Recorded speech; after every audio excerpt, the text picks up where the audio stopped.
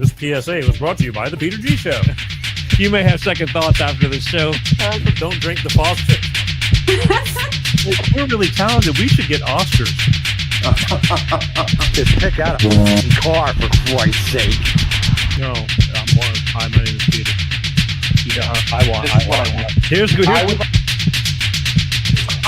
Yeah. Madam Perry. I need to get back in the genie bottle. Louis from Pennsylvania, you're on. He likes it.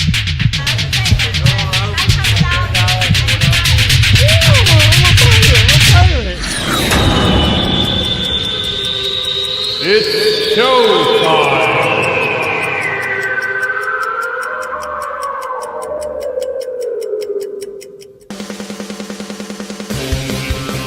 Peter G Show, Peter G Show, divorced dad, single dad, divorced dad, single dad, Peter G Show. Yeah, buddy, it is showtime. It is Wednesday, and a beautiful Wednesday at that. I want to welcome everybody to Life with Peter G, the Peter G Show, every Wednesday like clockwork, 6 p.m. Pacific, 8 p.m. Central, 9 p.m. on the East Coast, God willing, and we made it. It's been a pretty smooth day today. Not like they're all smooth, but I'll take it. Anyway, we got a great show for you tonight, and we'll be moving along because the guest that I have is going to be a great guest tonight. We've been talking for several months, and when he contacted me, it kind of struck a nerve because I told you guys I'm kind of on the kids subject lately, and rightfully so, because you know how I am about children, our youth, our future, their upbringing, all of the above. But tonight, he's an investigative news journalist for a television station in Baltimore, Maryland, but he's also an author now, and he's got a book. I told you about it last week, but I'm going to show you again. It's called Failure Factory, right here. How Baltimore City schools deprive taxpayers and students of a future. I've always talked about how the educational system is kind of getting weird. He did a really good job on describing Baltimore's alone. Those of you who've known, we talk about Baltimore occasionally because I have a lot of people that come on my show from Baltimore, and with the homeless and just the city and the crime and this and that. And this is about the kids growing up in the educational system. So he's going to be on the show in just a few minutes. We're going to talk to him in depth about his new book and get all the nitty gritty on things you really need to know about, especially if you're a parent, because this is going on, in my opinion, all across the country, but at different levels. And if you're not paying attention, you lose. So stick around in just a few minutes. Also, while I'm on the subject, next week, Wednesday, May 20th, that's right, Wednesday, May 20th, I have Miss Debbie Hansen's going to be on this show. She's with the Flora May Foundation. She deals with desperate parents struggling with kids, teenagers experiencing mental health challenges and substance abuse, and parents in crisis just going nuts, not knowing how to straighten things out because, again, that's love. That's your children. Nobody wants to see this kind of stuff going on. So she's going to be on the show. We're going to talk about all that how they step in and try to help parents deal with these situations, because a lot of parents just don't know what to do. And it's really tough when you're going between you and your kids and you're butting heads. It's real tough. It can be very, it can break you apart watching all the self-destruction go on and all that. So she's going to join us Wednesday, May 20th, right here. Debbie Hansen with the Flora May Foundation in the West Coast. She's in the Laguna area of California. And we're going to find out what they do and how they do it and helping families and parents to cope with these situations. So you're not going to want to miss that. Join me next week, Wednesday, May 20th, when Debbie Hansen joins us from the Flora May Foundation. Another educational eye-opener for those of you who have kids and love your children. No matter what age they are, they could be grown adults. And I swear, learning this myself and realizing it from my past, that I don't care if if your kids are 60 years old and you're lucky enough to still be alive, you still worry about them. They're still your kids. So that's next week. Look, before we get Chris on, real quick, I'm kind of changing things around tonight. don't forget, you can comment. For those of you who are joining in, you can comment as we talk along the show. If you got any questions, if I can read them. Some of you guys, are willing to comment. Sometimes we have those nights where you just want to watch, and I respect that. But just letting you know, if you're on the official Peter G Show page on Facebook, you can comment live, and I can see it. If you're on the official YouTube page, even though they punish me over there, I can still see your comments. I'm still not kicked off of that place yet, although they're working on me. And we'll talk about that at the end of the month because I got kicked off of TikTok again. I don't know. I don't do anything wrong. I just talk the truth, and censorship is just running ravid. Anyway, that's what's going on with that. So comment, like, share, follow. But comments and sharing, because these are the type of shows that you're going to want to turn your friends on to, because you know that, like, hey, you need to watch this. You got kids. You see what's going on. All right?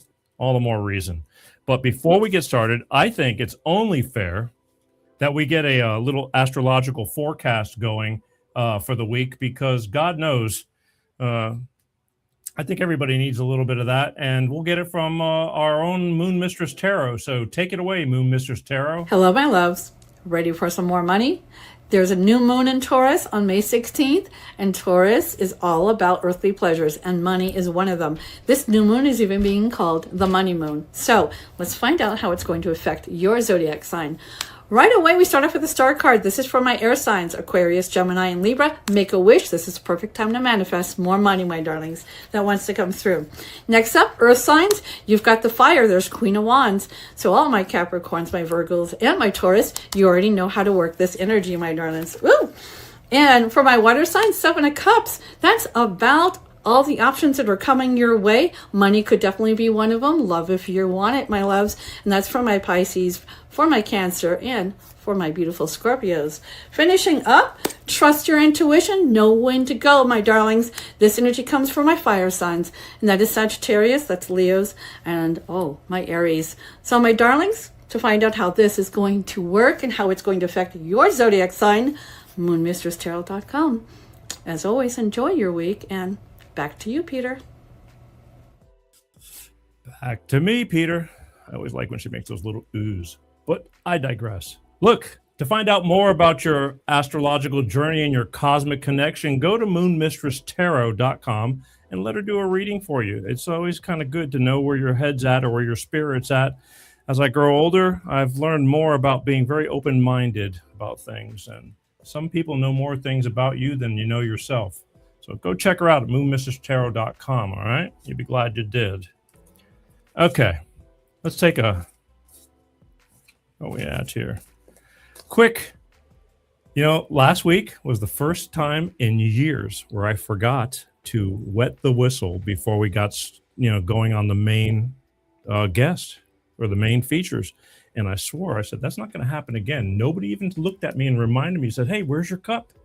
But here we are. I want to thank everybody who's watching in the future. Don't forget, all the shows are on demand, but I know a lot of people love watching live. But I appreciate you more than you know. It takes you guys, and share. It's a rough world out there. So let's do it. All right, salute. Oh, yeah. Smooth. Isn't that right, Butthead? Smooth. That's what I'm talking about. Real quick, what do we got here? Quick comments. Hello, Peter. Hello, Diana. Wherever you are. We got Pensacola in the house. I like that. I like the local stuff. I love the local stuff. We're going to be talking about local stuff at the end of the month, too, when I get a chance to hold the show on my own. But thank you. Don't forget, keep those comments coming. If you got questions during the interview or conversation, please feel free to bring them up, and I'll try to put them in if you comment. It's all good. All right, where are we at here? All right. So, as I mentioned, coming up on the show, I have Mr. Christopher Papst that's going to be on the show with his new book. And again, I'll read it one more time. It's Failure Factory: How Baltimore City Schools Deprive Taxpayers and Students of a Future. And again, not only is he an author now, but he's also an investigative journalist for Fox 45 of Baltimore News. And so I guess this is one of the first times I'm dealing with a guy who's used to doing what he's doing right now. So it's kind of cool. So let's take it out. Oh, there we go. Really quick, more. Okay. Without further ado, ladies and gentlemen, from the East Coast, staying up just to do this for me and for you, because people need to know this. Ladies and gentlemen,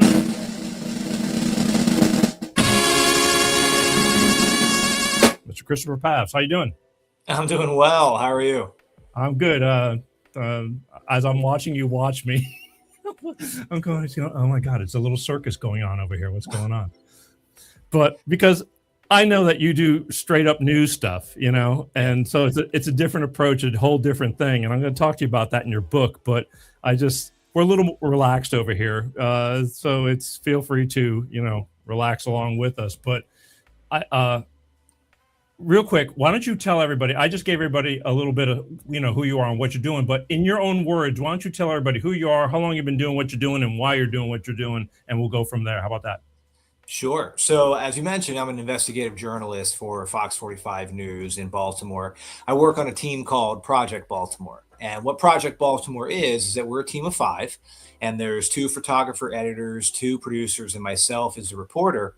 And we launched in January of 2017. So we've been doing this for 9 years and a couple months.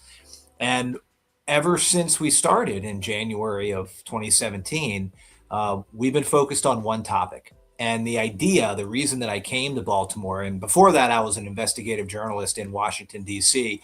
I was working for the ABC News affiliate, and both those stations are owned by the same company called Sinclair Broadcasting. And Sinclair had an idea that they wanted to have this team that would focus on one topic for a prolonged period of time, sort of bringing back the old-fashioned beat investigative journalists, like the whole Woodward and Bernstein kind of concept that sort of went away when the internet came on and local media, newspapers and televisions took a hit on that on advertising. So we're trying to bring it back. So I came from Washington, D.C. to Baltimore to launch Project Baltimore. And the first topic that we picked that we're still on today is public education.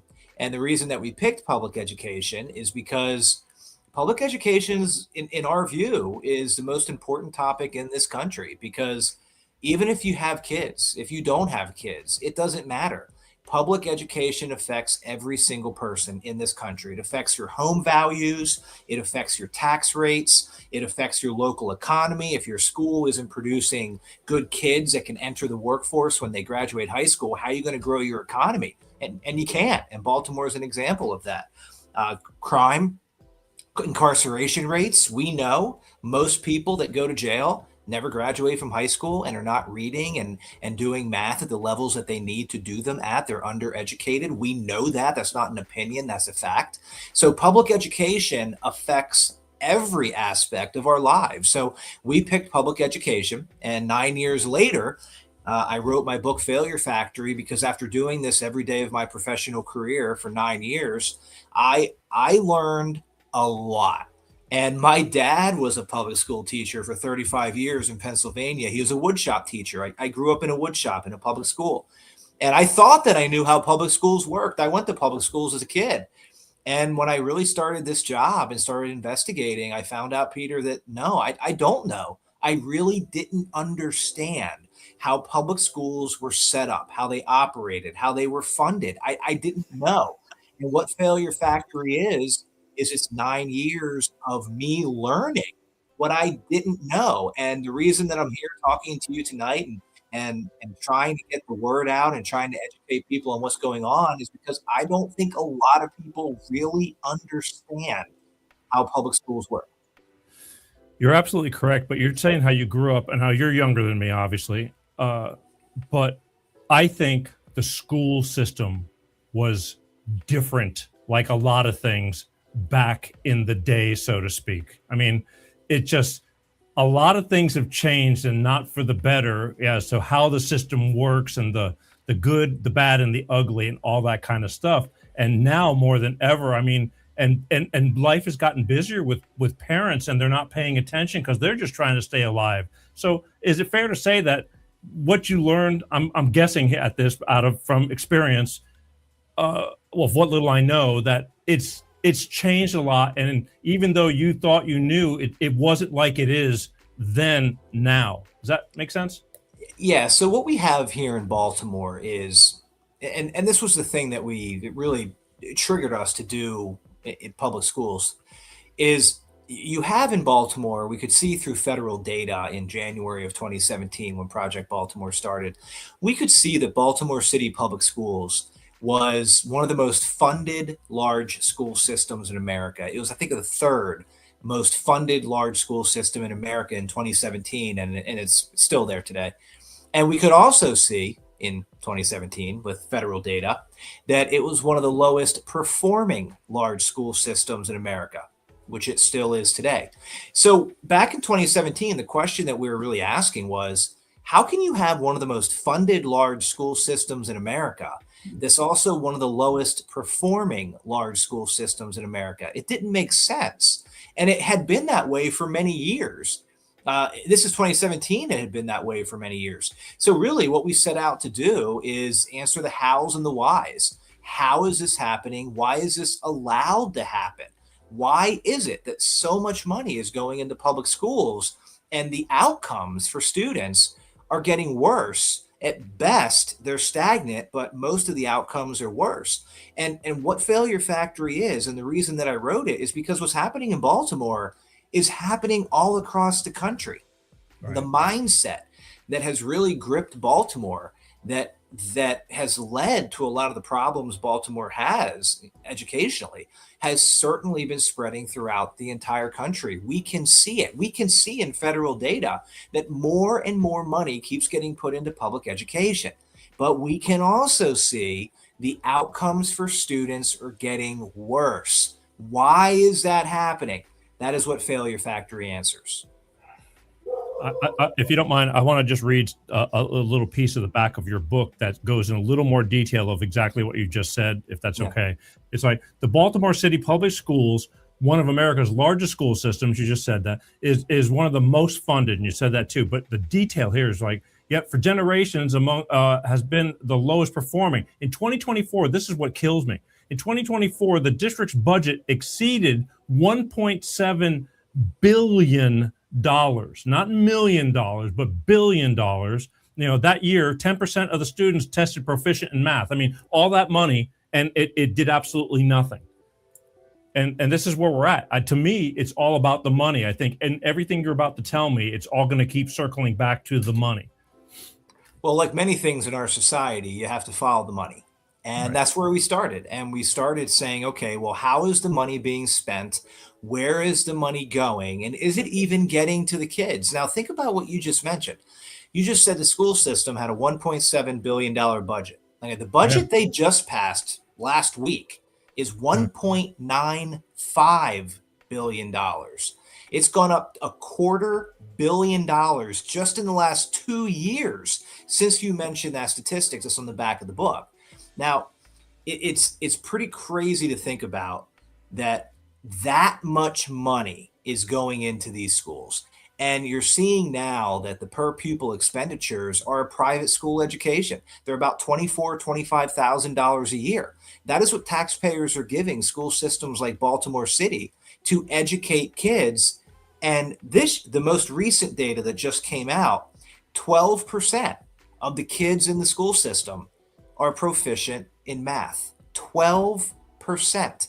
With a nearly $2 billion budget. That would mean 88% of the kids in Baltimore City Public Schools are not proficient in math. But here's the statistic that's really crazy. 71% of them graduate.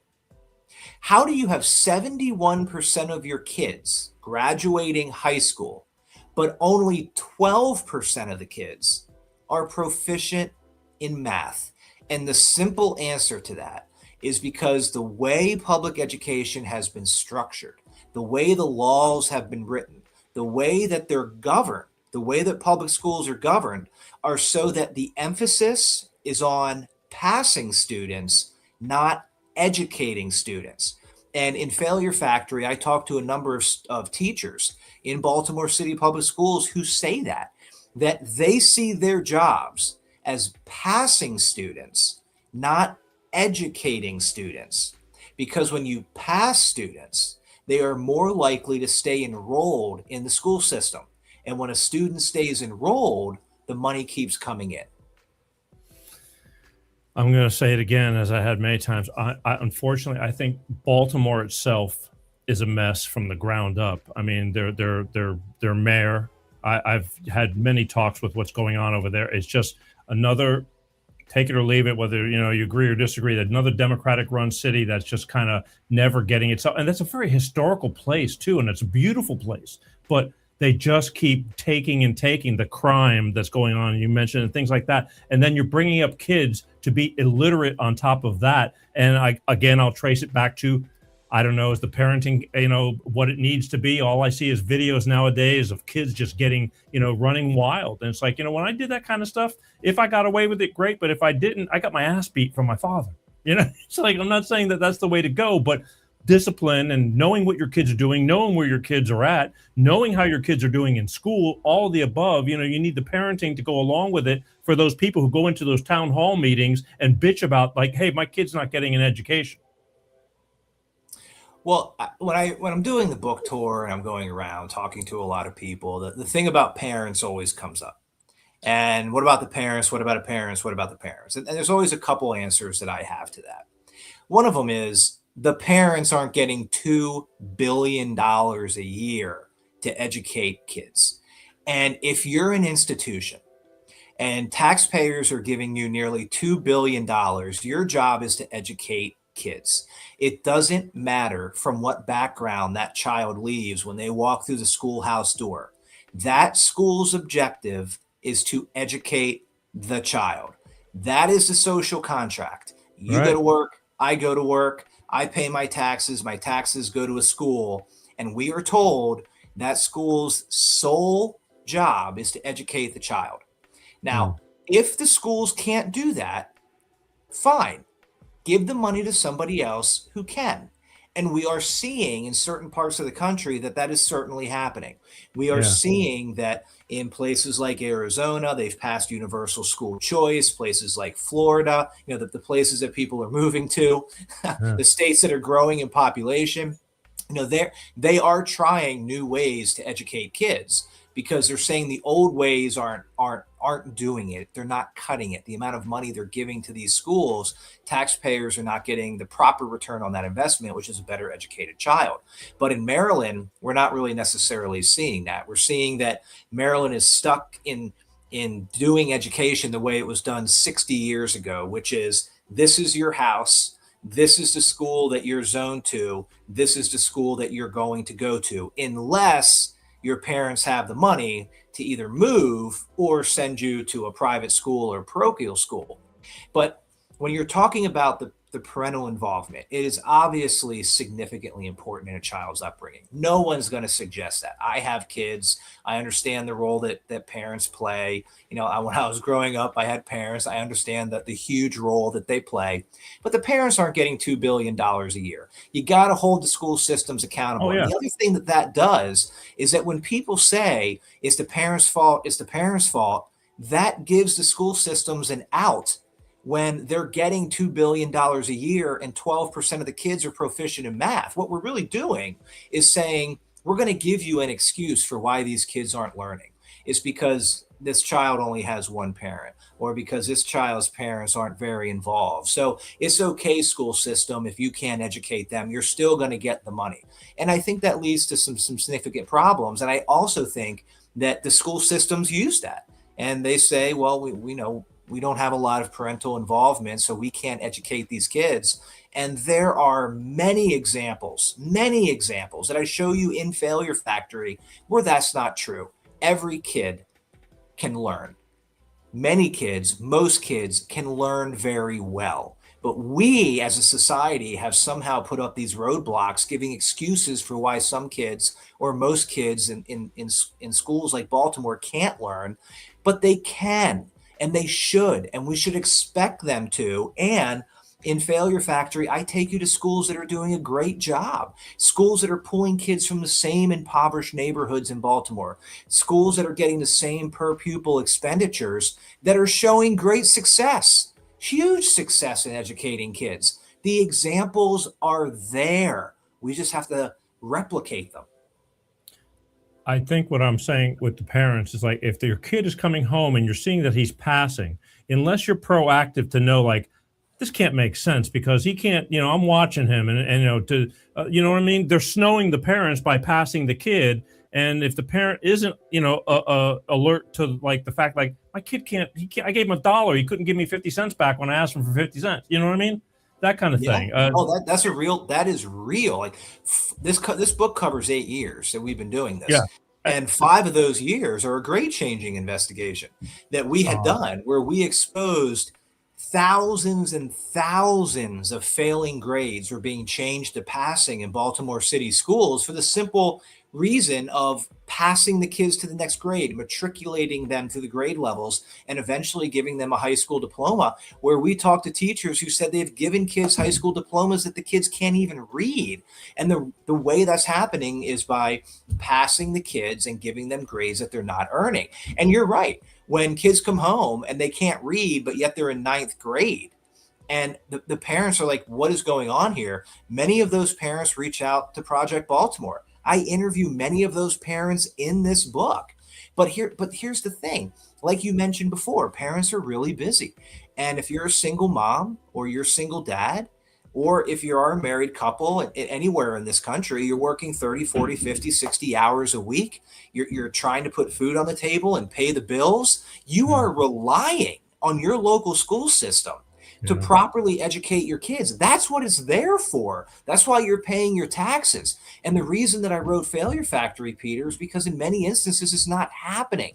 The schools are getting the money, but the kids are not getting the education. And we have to hold those school systems accountable. But that is the part that isn't happening in places like Baltimore.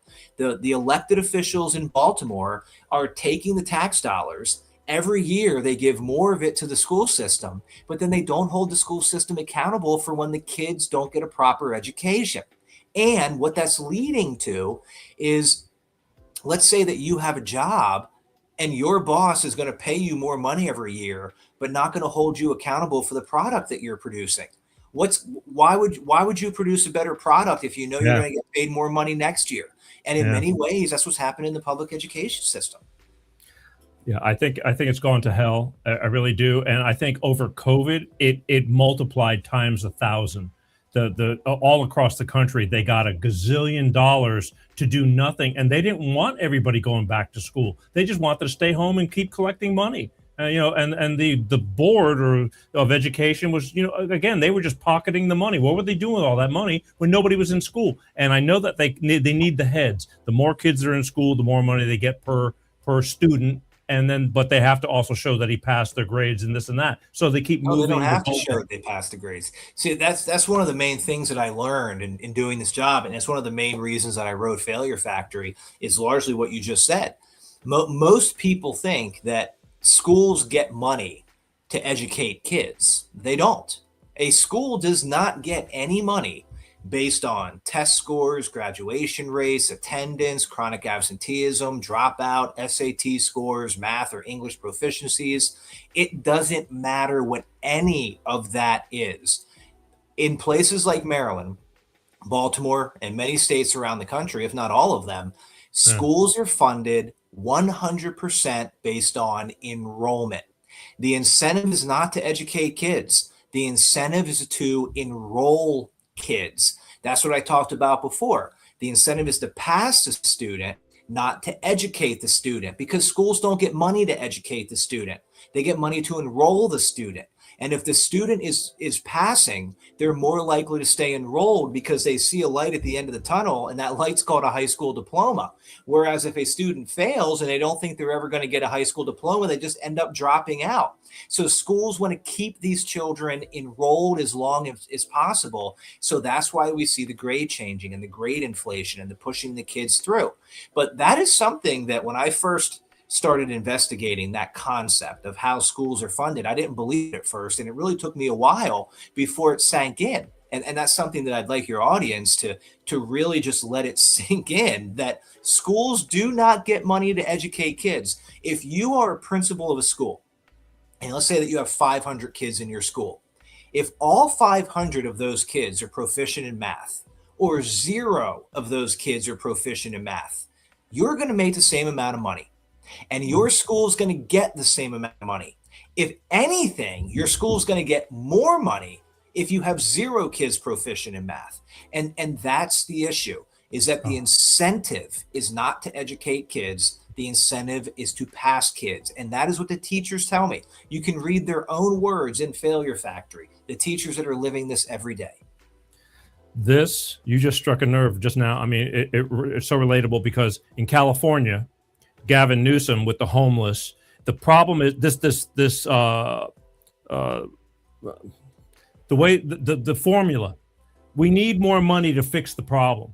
So if the problem gets fixed, you won't get more money. Like the homeless, every time Gavin Newsom wants more money because we're working on it, but we need more money, and it never goes away. And over here, with the same thing with the educational system, you just said, the more, the worse they do, the more money they get. They've just completely lost their way and forgotten what it's really all about. Well, what's interesting is about 20 years ago, according to Education Week, Maryland had the best schools in the country.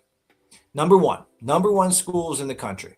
And Really? We had a state superintendent at the time. Her name was Nancy Grasmick. And she had put in an incentive structure where if schools hit certain growth metrics, growth doesn't matter where the kid was when you got them, it's where you took them to. Yeah. If you hit certain growth metrics, the school would get more funding. Well, what did that lead to? It led to competition. It led to schools having an incentive to educate the kid. And Maryland had the best schools, according to Education Week, in America. And now we're very much middle of the road. Despite spending huge amounts of money, Maryland spends a lot of money on public education, about $23,000 per student. Now we're in the middle of the road, and that incentive structure is no longer in place. It is strictly based upon enrollment. So this brings me to the politicians that change these programs that just go more. I mean, again, I think it all rolls back to everybody lining their pockets, and not caring about the kids, which blows my mind. But is it fair to say that because they lost whoever was running that whole thing, and then little by little they just started corrupting it and changing it and just turning it completely around backwards? Well, Nancy Grasmick, she retired, I want to say 2013, somewhere in there. And the Maryland State Department of Education building in downtown Baltimore is called the Nancy S. Grasmick Administration Building. So she was somebody who had an enormous impact on public education in Maryland. And I talk to her still from time to time. But yeah, you're right. They started chipping away, and the incentive structure went away, and other things went away, and Maryland got away from the science of reading. But that's kind of weedy. But yeah, and now Maryland's really struggling. But what Maryland's also doing is investing massive amounts of money into public education. And that's what the legislature in Annapolis decided to do. They said in 2020 that our system isn't working. Our system isn't producing the quality of student that we want. And what was their solution? Just to simply put more money into it. They didn't change the system. They kept the same system. They kept the same concept of this is where you live, this is where you go to school, except now that school gets a lot more money. But the incentives never changed. The school still gets a lot more money simply to enroll the child, not to educate the child.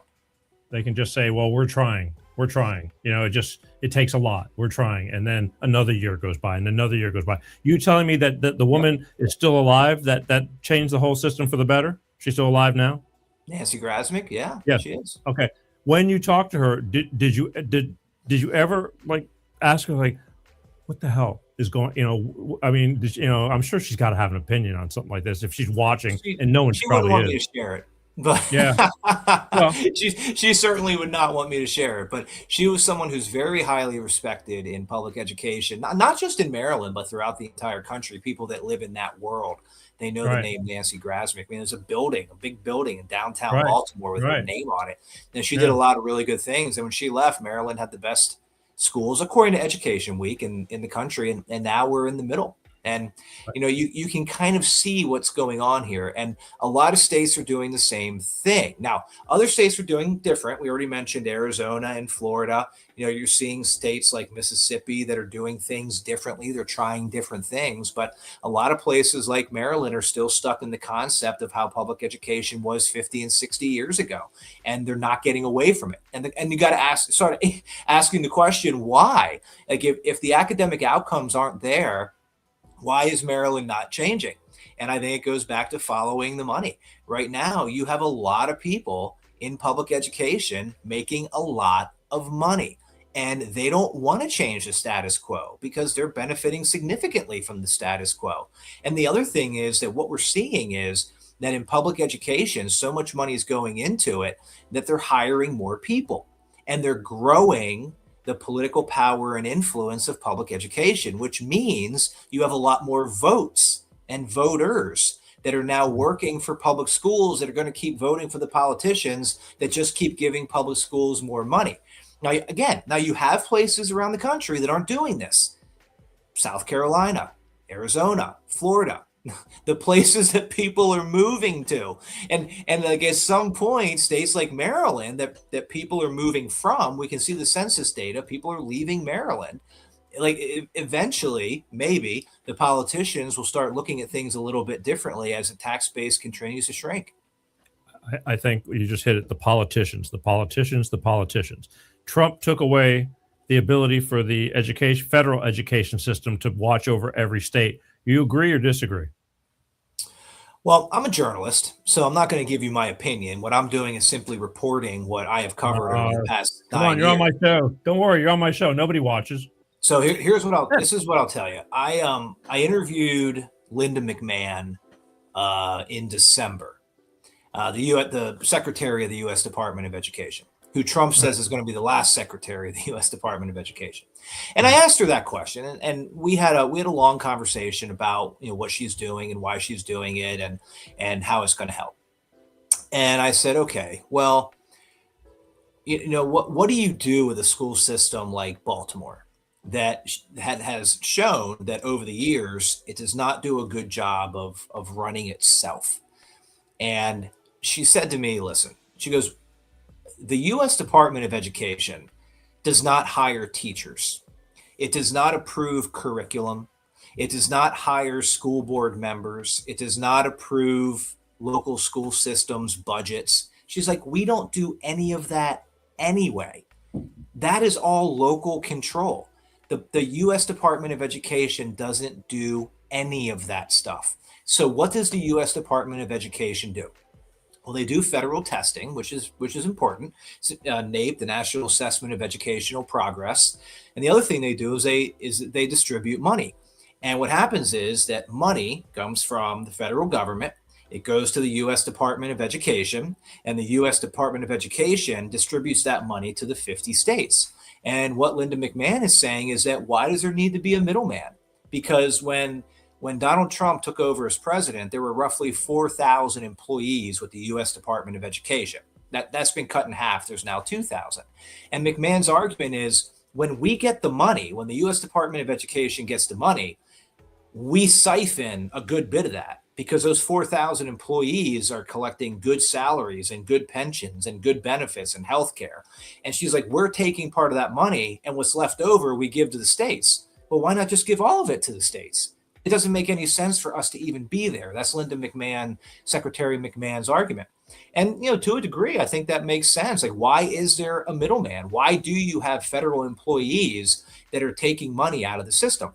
And I think if you were to sit here right now and talk about it, I have not heard anybody complain about the U.S. Department of Education having its workforce cut in half. They went from 4,000 to 2,000 employees. I have not heard any superintendent in Maryland, haven't heard any school board member, haven't heard any principal or teacher complain that their job is somehow different as a result of the U.S. Department of Education's employee staff getting cut in half. If anything, the schools are getting more money because those thousands of federal workers are no longer there getting paid. Yeah, you're right. It's not affecting them. The only people that were complaining were the higher up politicians again, just complaining to complain because, again, skimming off the top. It's kind of like an NGO, or a nonprofit. They get a big bunch of money, but then after they pay their expenses, so to speak, there's the profitable, the charitable amount that goes. And you see what these presidents or CEOs of these nonprofits make. It's like, what kind of nonprofit is that? I mean, the higher ups are sitting pretty. Same thing. I still believe that you hit it on the head. They need to have the whole thing. You do well, you get more. It's this an incentive program. I don't see how that doesn't make common sense. Well, the argument has always been that, let's say that you're a 6th grade teacher and you get a kid who's reading at a 1st grade level. You can't punish that 6th grade teacher because the 5 grades before that teacher failed to educate a child. And now a 6th grade teacher has a child reading at a 1st grade level, which, by the way, is very common. Okay. Mm-hmm. In Baltimore City, that is a common scenario. And the argument had often been, well, you can't punish that 6th grade teacher. Well, but what you can do is that you can reward that 6th grade teacher if that student gets from, say, a 1st grade level to a 4th grade level within one school year. And that was largely the incentive program that Maryland used to have, where it was a growth metric. How much did a child improve? And to my understanding, I wasn't here then. I told you I got here in January of 2017. So Nancy Grasmick was already gone, and that incentive structure was already gone. But to an extent, that kind of made a lot of sense, and it would incentivize people to do better. And we can see that the schools were performing better then than they are now. Again, a valid point. It makes total sense. It's just so, it's very frustrating, and especially again, when you watch it. And what was the budget? The budget you claim, that's just for Baltimore alone or the whole state? Oh, no, that's Baltimore City. Baltimore City. That's incredible. Yeah. That's freaking incredible. That's a lot of money. That's a massive amount of money. It's about $24,000, $25,000 per student. That is how much. I mean, that is. I mean, if you go to a Catholic school, like a Catholic school in the Archdiocese here in Baltimore, they're charging about half that. I mean, there's some schools, like there's some Catholic schools that are charging like $9,000 a year. And Baltimore City is getting $25,000 a year. I mean, that is an astounding difference. Now, people are going to say, well, the Catholic schools, they can choose the student that they get. I mean, no. I'm just saying straight money here. Like, you got $25,000 versus $9,000. I'm not even talking about student output. Like that's a big difference. But straight off the board, though, Greg, most people can't afford that. And even though a student's getting $25,000 per student, that's from taxpayer money that people aren't having to additionally shell out for more schooling like a private school. You know what I mean? So the person that's paying taxes, that's why they did make some of these changes. Like, hey, will give you some of your tax money back and you can put them in whatever school you want. And that makes a lot of sense too. But this whole reward system, I mean, they need to get back on track, and I don't know what it's going to take to do that. Have you, after all this time, are you seeing any progress? Well, we're seeing a lot of progress in certain areas. So I mentioned the grade changing investigation that we had done that took 5 years. Yeah. Well, after we did that and we broke that whole story and we covered that for a long time, the school system rewrote its entire grading policy. So there's a whole new grading policy now that makes it much more difficult to improperly change grades from failing to passing and just giving kids things like that. We've done a number of stories that have changed state laws concerning violence and sex offenders in schools and things like that. So that there's a lot of really good things that have happened from the policy side and from the regulatory side and even from the legal side. But as far as student academic outcomes, they're actually worse now than they were in 2017 when Project Baltimore began. I mean, there's really not much that we can do about that. We report on it, but there's not a law that can be changed that's going to change the student academic outcomes. So what we've seen is, in 2017, when Project Baltimore began, when Failure Factory begins, The school system, Baltimore City Schools, had a $1.3 billion budget. In 2025, it had a $1.8 billion budget. So it's about a $500 million a year increase in funding, about 40%, a 40% increase in funding. Well, the math proficiency rate in 2017 was 11%. The math proficiency rate in 2025, with a 40% increase in funding, was 12%. So you had a $500 million increase in funding and a 1% increase in the math proficiency rate.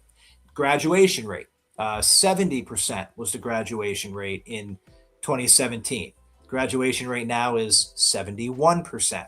You had a $500 million increase in funding, a 1% increase in the graduation rate. But most of the other metrics are worse. The attendance rate, SAT scores, they're both lower now than they were in 2017. The dropout rate is higher now. Chronic absenteeism is higher now. Most of the major metrics in the Baltimore City school system are worse now than they were when we started in 2017.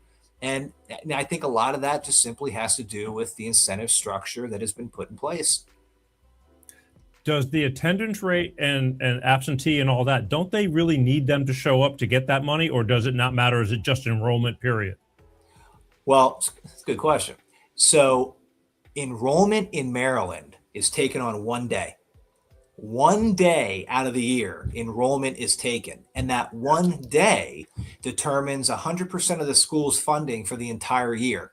And that one day is September 30th.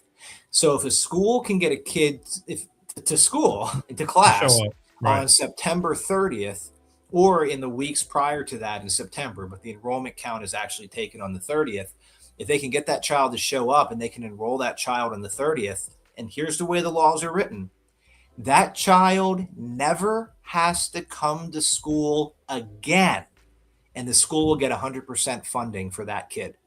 Now think about that for a second. The kid comes on September 30th, starting on October 1st, never comes to school again. The way the laws are written is that that child will get $25,000 attached to them that will be sent to the school that they were enrolled in, even though that child never set foot in that school again and was not educated. That is how the laws are written in Maryland. I'm no genius, okay? But how in the hell can anybody look at this and hear this and say that's okay? Because they're getting money. So yeah, again, for them. In the book, right? So in Failure Factory, I ask that question. I go to lawmakers and just like I just described to you and your audience, what's going on, and I say, "Are you okay with this?" And they say, "Yeah." Well, look, I would think there's more people that would say this is insane.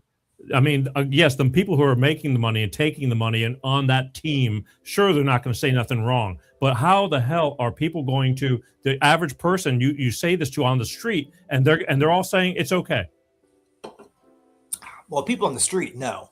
So you talk to the everyday taxpayer, the people that are paying for this, no. Yeah. And common sense would tell you that, well, maybe you should take enrollment 2 times a year, maybe 4 times a year. You don't have to take it every day, but maybe you take it more than 1 time a year. But the lawmakers in Maryland, they have no interest in changing this law. And it has been brought up many times. So this whole concept of what we're just talking about, as I described in the Failure Factory, we started reporting on this, how that one-day enrollment count thing that we talked about, we started reporting on that in 2021 or 2022.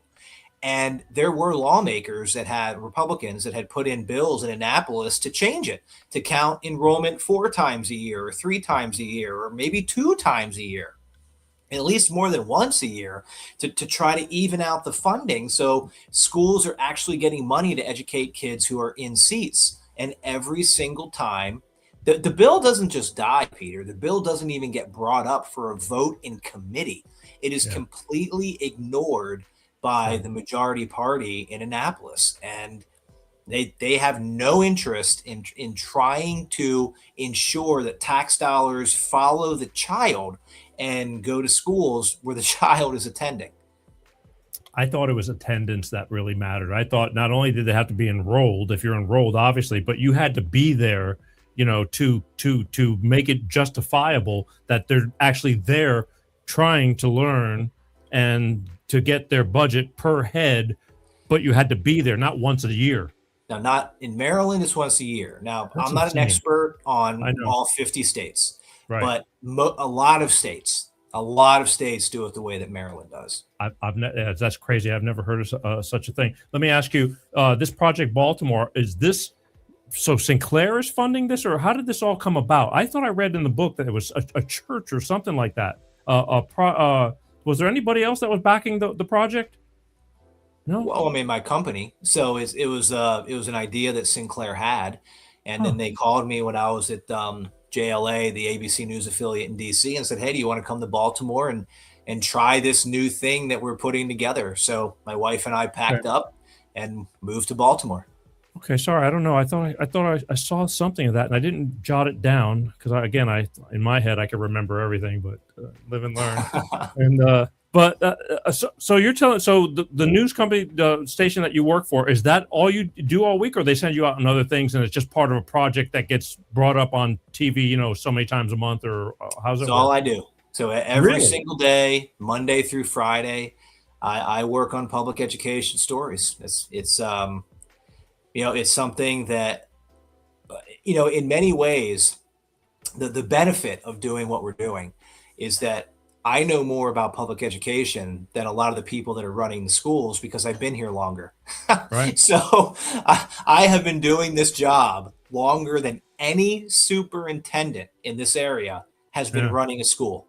So, and that's really one of the benefits of us doing this, is because I have more institutional knowledge than any of the superintendents that are running the local school systems. And that's a really strong thing and a really valuable thing to have in local journalism is to have people like us that understand the landscape. And you can't fool us. You can't throw data at us and confuse us. We know the data better than the school systems know the data. And I'm really, really fortunate and just very happy and grateful for this opportunity to be able to do this type of journalism, because it's a journalism that I think a lot of people who get into journalism want to do. And I've just been extremely lucky to have this opportunity. Yeah, well, you've obviously become a specialist, so to speak. How many segments does it work? A once a week segment, or a monthly, or by how many parts? How's that work? So since January of 2017, we've been doing 2 stories a week. And our stories are 4 to 5 minutes, and then they air at the same time slots every single day for the past 9 years and 4 months. And our idea was that we were trying to create like must-see TV. It's 10:15 on a Wednesday night. Project Baltimore's on. Turn it on. And obviously we do a lot of social media stuff, and we put clips together and we try to spread the information that we're acquiring and the investigations that we do as much as we can. Well, that's pretty cool. I got to give props to Sinclair Media then for doing something kind of on, something that needs to be done that doesn't get done too much anymore. Perhaps you should run for superintendent yourself. Well, then I would say, and people have said that to me before, but I would say, I think I can do better where I am now because I'll be here longer than I would be a superintendent, I'm sure. I know. It's just that you point out all these things and it goes in one ear and out the other until somebody finally gets enough gumption to say, I want to make changes. But it's not, you're fighting City Hall. Not an easy thing to do. True. I see you have a whole bunch of awards behind you. Where do those all come from? These are Emmy Awards. So those are from the National Academy of Television Arts and Sciences. Yeah. From your past or from some of the stuff you've been doing with this Project Baltimore? Actually, I think those are all Project Baltimore Emmys. Okay, well, it's good stuff. It's definitely. One thing I want to tell you about your book. As I was reading your book, I hope you understand how I'm going to explain this. I was reading your book, and the way it read to me was as if I was watching an episode of like 48 Hours. Like it read like a televised story. Does that make sense? That's how You I know, write. I write for TV. So And- I just wrote it the same way that I write my TV scripts. it wrote as if like I'm watching something and there's a narrator behind me talking about it while the movie's going on. It felt like that in so many different spots in the book. And I'm going, well, this is kind of like what he does, but the odds of him doing it exactly like how he does it and making it transfer onto the book was like, all right, I'll take it. You know, it was kind of unique. I just felt it just read a little bit differently than your average storytelling. So that was kind of cool. Well, thank you. I appreciate it. Yeah, no. Look, I know you got things you got to do, and I probably, I told you, like, I don't do just a segment to promote, or anything like that. I want to know about what's going on and dig a little bit deeper, and you've given me the time to do it. But I want to tell people if they want to find out more about you, that they can easily just go to, and it's pretty simple, christopherpapst.com, right? Yep. And what will they find if they go to your website? So on the website, I've written 3 books. This is the most recent book that I've written, and all the books are there. You also can get them on Amazon or Barnes and Noble, Goodreads. Your local bookstore should have it. If it doesn't, you can certainly order it. So I mean, a little bit about me, a little bit about my career, Fox 45, what I've been doing. Some of these awards are on there as well, and just the work that we're trying to do to try to improve public education and really bring awareness to what's happening in public schools. And I hope that the people that are listening to us right now, I hope that you learned something from this. I hope that you did. But really what we covered is 25 pages of a 250-page book. And I think there's a lot of things that are going on in these schools that people are simply not aware of. Yeah, we didn't talk too much about crime and the things, you're raising uneducated people, and then uneducated people start turning into thugs and, in survival mode, and the city's kind of rough, and it just escalates from there. And therefore there's what most parts of, the city which you're living in. But your other 2 books, can you just touch on those real quick?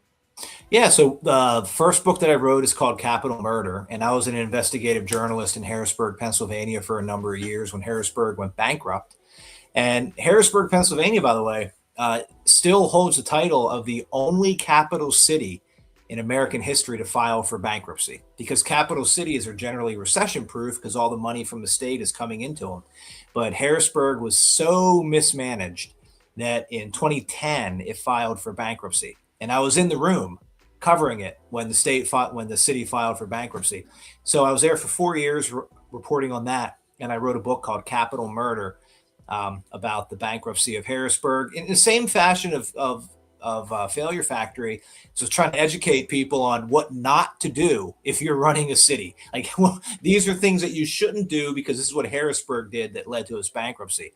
And then I wrote a novel called Devolution, which is sort of like what happened in Harrisburg, where but it's about a country that is so mismanaged that it collapses in on itself.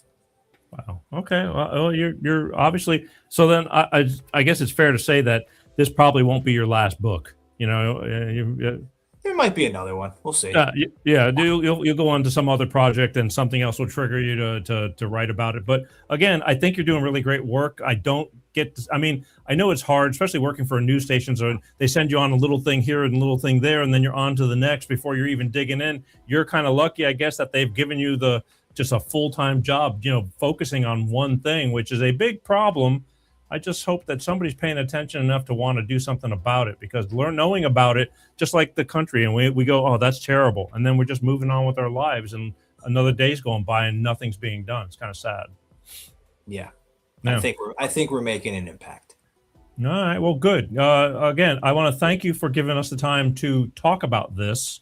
I like stuff like this. I really do. I think it's a lot of things that people are easily going to say, I didn't know that was going on, because we're all busy just trying to survive. But I don't know how you found me, but I'm glad you did. And I'm hoping maybe in the future, if there's something else of worth talking about, that maybe we'll just, down the road, get together and talk about again, because you obviously do a good job at, investigating. So I encourage people who want to know and they got kids to go out and get this book right here, because it's worth the read. And it's an easy read. It's not a hard read, but it's deep. You just find out things that you're going, this is crazy talk. How could that be happening? So good job. And go to www.christopherpapst.com christopherpapst.com right there, and check out his website, and you get the books on Amazon or all that, or find out more about him. And if you got anything worthy of discussing, you just contact him, I guess. How's that? Thank you. I appreciate it. Thank you for having me on.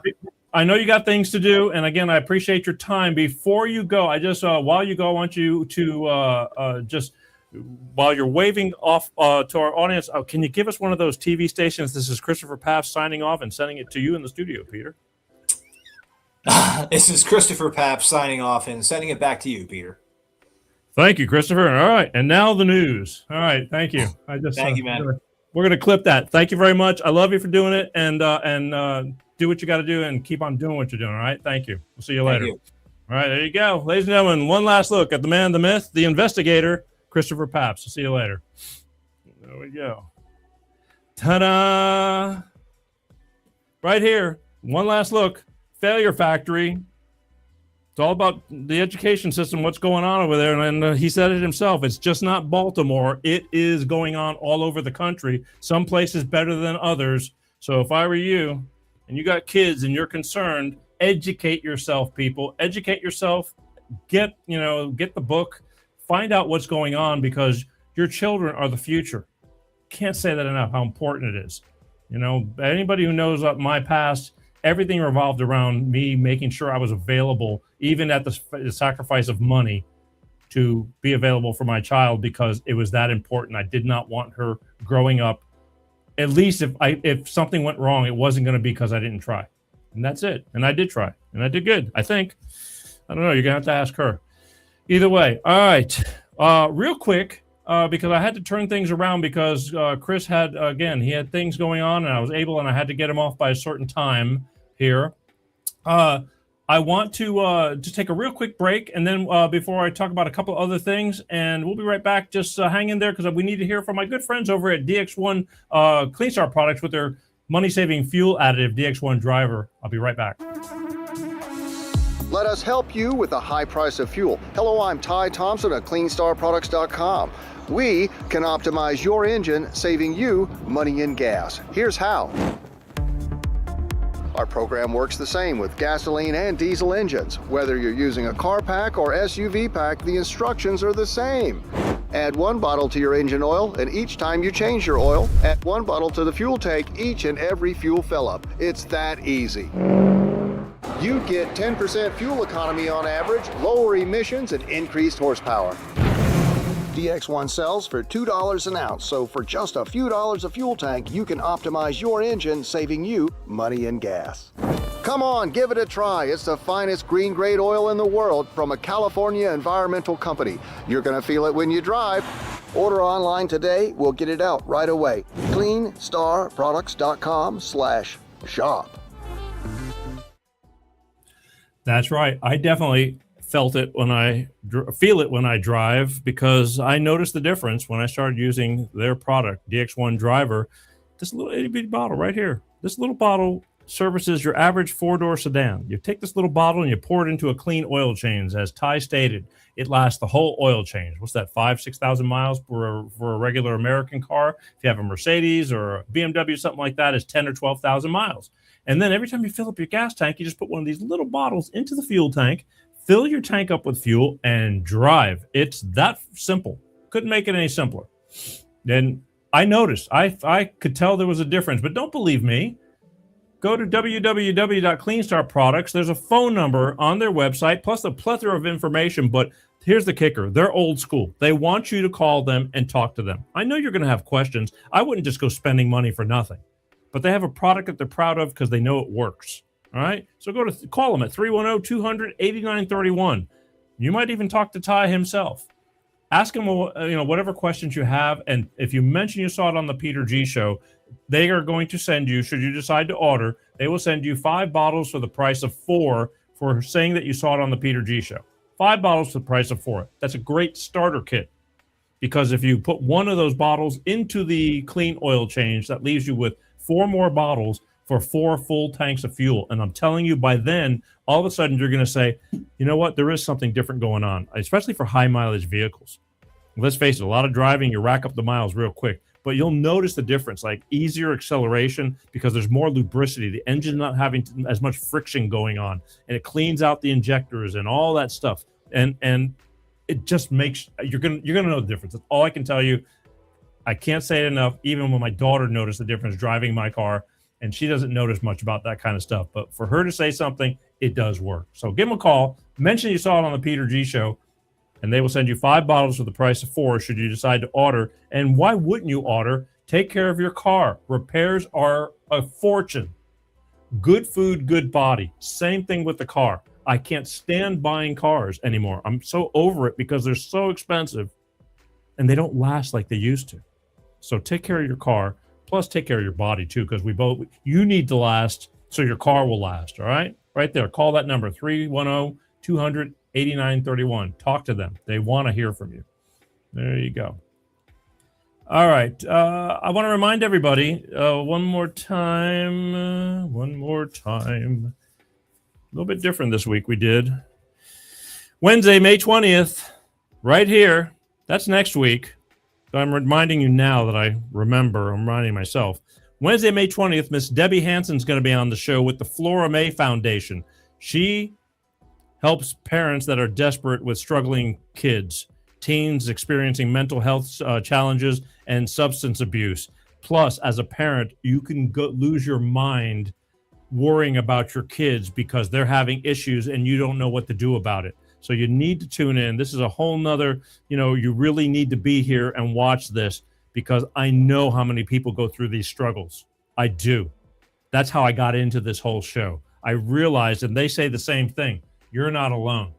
So join me Wednesday, May 20th, right here with Miss Debbie Hansen from the Flora May Foundation as we talk to her about, desperate parents, who are struggling and the crisis that the parents are struggling because of the kids that are going through problems and the pushback and not knowing what to do and just being in fear. They're going to lose their kids to, just being stupid.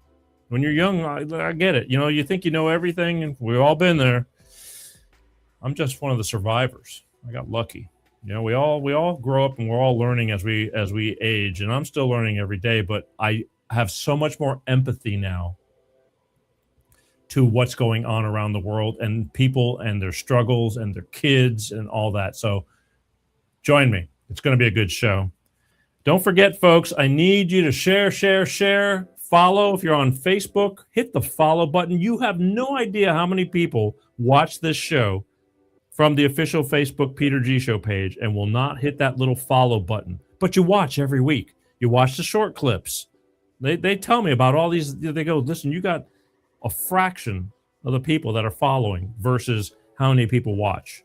Example, Facebook, 500,000 to 750,000 views a month.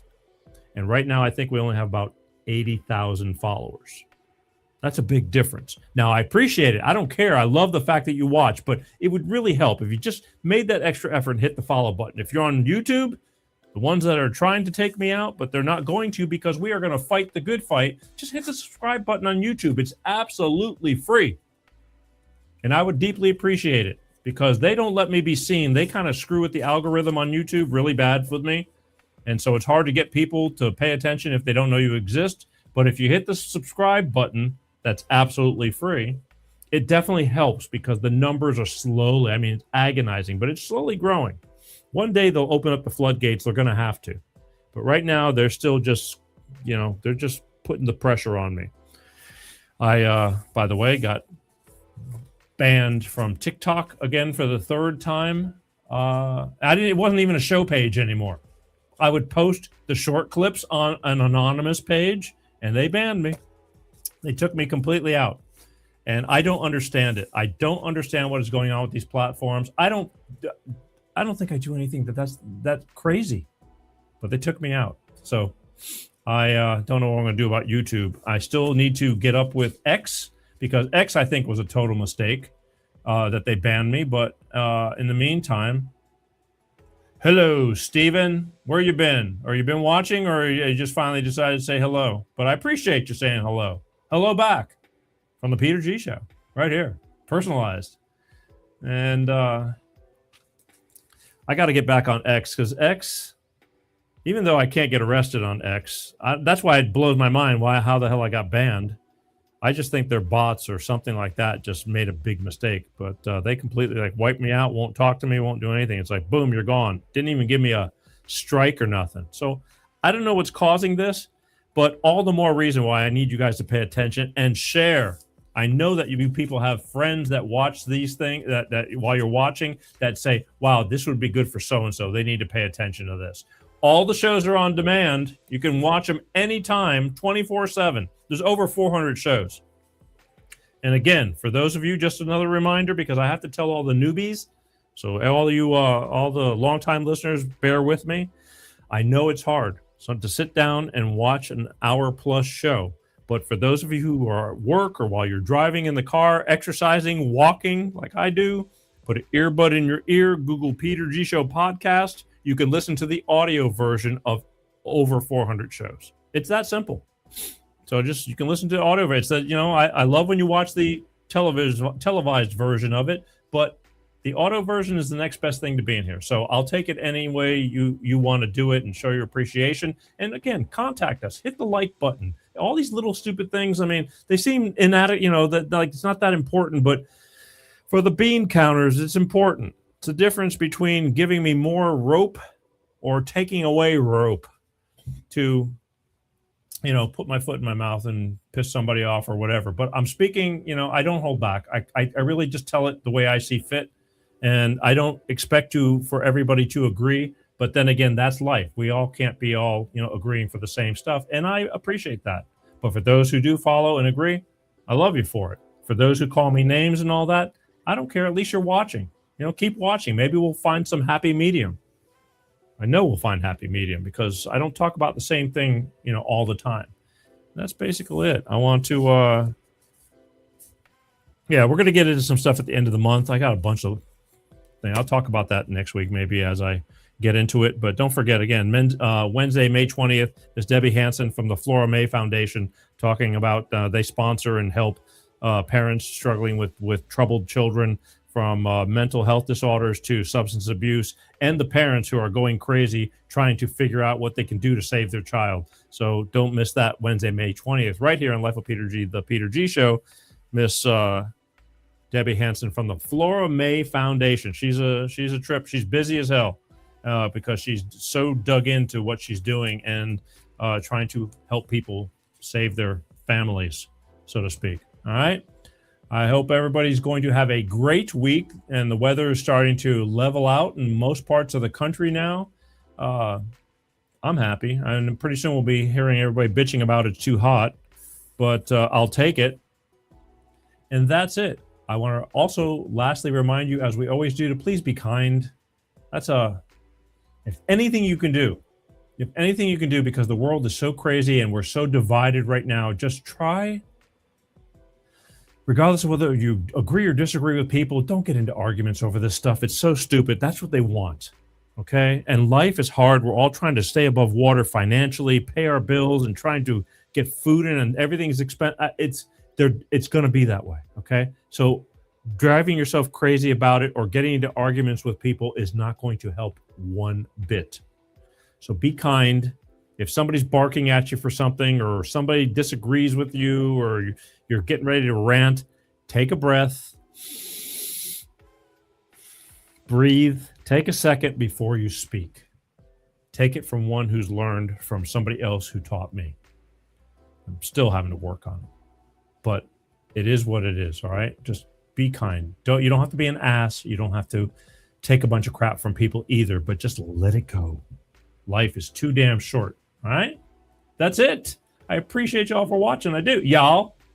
And I hope we catch you next week or through the week while you're watching all the shorts. Don't forget, your comments are welcome, which even the bad ones, again, you can't please everybody. Just is what it is. But we'll catch you next week. My name is Peter G. You're watching Life of Peter G, the Peter G Show, every Wednesday like clockwork, 6 p.m. Pacific, 8 p.m. Central, and 9 p.m. on the East Coast. And as always, and definitely need it, God willing, we'll be right here, all right? I love you guys. I truly do. Even if some of you disagree with me and you say you love people, but yet you bitch like hell. It's like, well, it's a tough love sometimes. You have to do that, all right? That's it. I guess it's time to get out of here. The final, I love you guys, and definitely peace out. Peter G Show, Peter G Show, divorced dad, single dad, divorced dad, single dad, Peter G Show.